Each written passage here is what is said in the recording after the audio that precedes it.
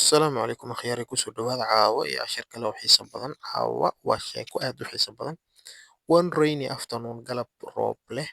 The big trains, tareenadii waaweynaa at the station ee xerada ku jiray, waa too busy, aad ayay u mashquulsanaayeen to take inay qaadaan the small cargo xamuulka yaraa to Mable village, xaafadda Mable la dhaho.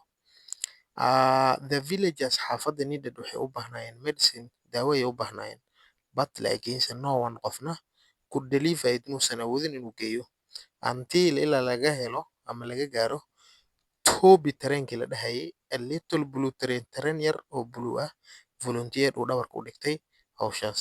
I may be small, waxaa laga dhigay inuu tareenkii hadlay.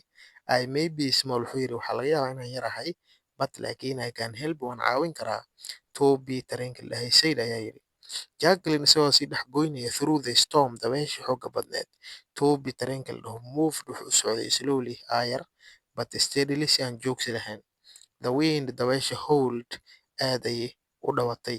And the tracks, waddooyinkii, waa slippery, waxay ahaayeen casarado ayay lahaayeen. But laakiin he did not stop, muusan istaagin.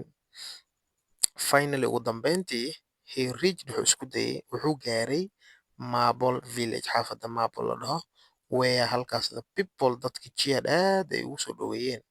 Thank you Toby, ay dhaheen. Thank you, waa mahadsantahay Toby. Tareenkii Toby la dhahay oo mahadsanid, they said, way dhaheen. Toby tareenkii la dhahay smiled, wuu dhoola cadeeyay. Halkaas micnihii sidii qof oo kalaa tareenka looga hadlayaa si sheekada xiiso loogu yeelo ee xiiso u yeelato. Marka Toby smile, Toby tareenkii la dhahay wuu dhoola cadeeyay. Wuxuu yidhi even xitaa small trains, tareenada yaryar, can do, waxay samayn karaan big things, sheeyo waaweyn ayay samayn karaan.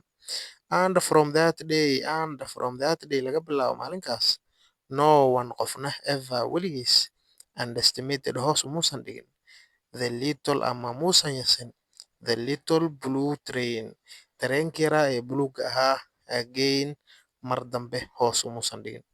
Haye, and from that day, maalinkaas laga soo bilaabo, from that day on, maalinkaas laga soo bilaabo, maalinka tareenka uu hawsha qabtay laga soo bilaabo, no one qofna ever weligii dambe underestimated, hoos umuusan dhigin ama muusan yasin the little blue train, tareenkii yaraa, the little blue train, tareenkii yaraa ee buluugga ahaa, dib dambe weligii umuusan yasin.